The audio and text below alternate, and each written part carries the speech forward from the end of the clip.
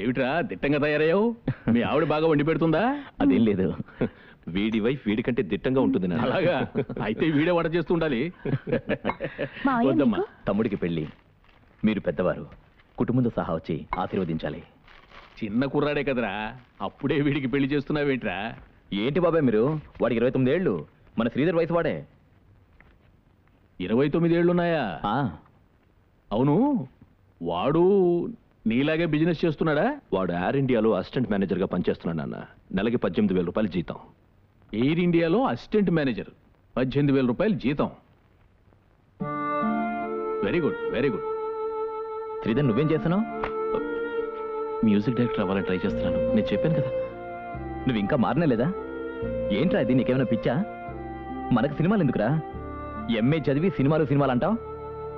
ఎరా శివ, నువ్వైనా చెప్పొచ్చు కదరా, మనకెందుకు సినిమాలు? సరే గాని అమ్మాయిది ఈ ఊరేనా లేక వేరే ఊరా? వాళ్ళది మనూరే బాబాయ్. టర్మ్స్ అండ్ కండిషన్స్ ఓకే, అన్ని ఫిక్స్ అయిపోయాయి. Sridhar, you need a job, please tell me, I will make arrangement like this. Tell me Sridhar, ఏంటి ఆలోచిస్తున్నావు? టైం రా, పోతే రాదు. నీకేం కావాలి? హ్యాండ్సమ్ శాలరీ, వేరేం కావాలి? శివ నువ్వేం పట్టించుకోవా? బాబాయ్ మీరు వాడిని వదిలేసారా? వదిలే, పెళ్లి ఎక్కడో చెప్పు ముందు. నాకు పెళ్లి జరిగిందిగా, అదే మండపంలో. అలాగా? టైం అయింది, చాలా మంది పత్రికలు ఇవ్వాలి. ఓకే శివ బయలుదేరుతున్నా.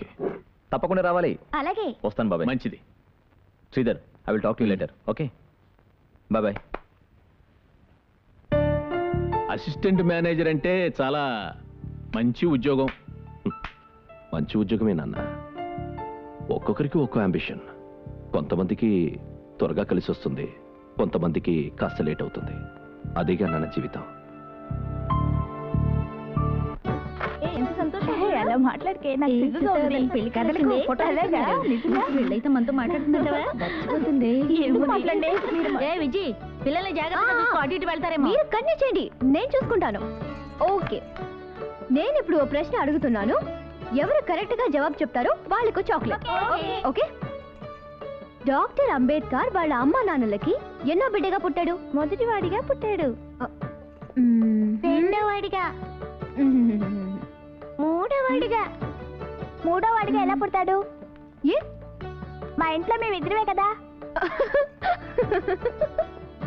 ఎక్స్క్యూస్ మీ, 16వ వాడిగా పుట్టాడు.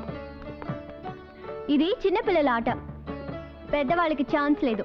Sorry sorry sorry sorry. ఏమండి, ఊరికే ఉండకూడదా? ఎందుకలా సంబంధం లేని వాటిలో తలదూరుస్తారు? శాంత, అది టీవీలో కోన్ బనేగా క్రోర్పతి వస్తున్నప్పుడు జవాబు తెలిస్తే చెప్తూ ఉంటాం కదా. ఒకవేళ మనకి జవాబు తెలియదు అనుకో, వెంటనే ఎస్కేప్. Okay okay. అదిగో రవి వస్తున్నాడు. ఏంట్రా శివ, శ్రీధర్ రాలేదు? ముహూర్తం టైం కన్నా వస్తాడా? మొన్న నేనేదో అన్నానని కోపగించుకున్నాడా? అలాంటిదేం ఉండదురా, వచ్చేస్తాడు. టైం అయింది కదరా, ఇప్పుడు వచ్చేస్తాడు. మీరు వచ్చి భోంచేయండి. రండమ్మా. భోంచేద్దామా? రండి, పదండి.